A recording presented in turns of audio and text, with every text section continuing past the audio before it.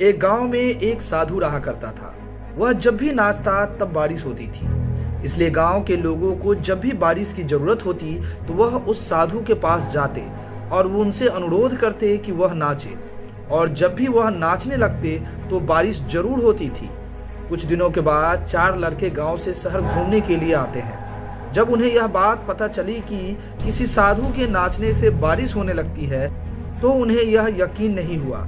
शहरी पढ़ाई लिखाई के घमंड में उन्होंने गांव वाले को चुनौती दे डाली कि अगर हम भी नाचेंगे तो बारिश होगी, और अगर हमारे नाचने से बारिश नहीं हुई तो साधु के नाचने से भी बारिश नहीं होगी।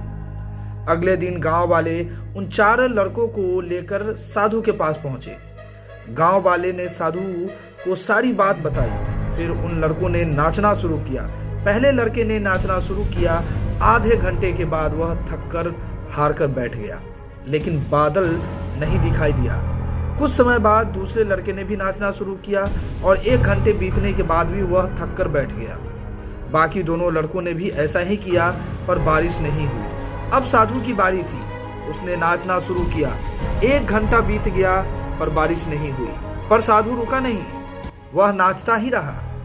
नाचते नाचते 2 घंटे बीत गए पर बारिश नहीं हुई। 4 घंटे बीत गए पर बारिश नहीं हुई, पर साधु रुकने का तो नाम ही नहीं ले रहा था। धीरे धीरे शाम ढलने लगी। तभी बादलों की गड़गड़ाहट सुनाई दी और फिर जोरों से बारिश होने लगी।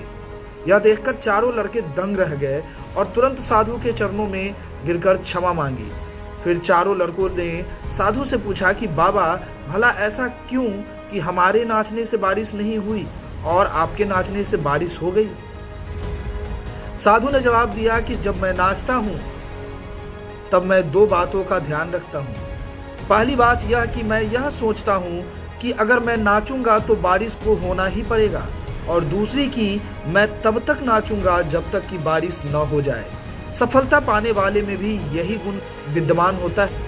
वह जिस काम को भी करते हैं उनमें उन्हें सफल होने का पूरा भरोसा होता है, और वह तब तक उस काम को करते रहते हैं जब तक कि उसमें सफल न हो जाए।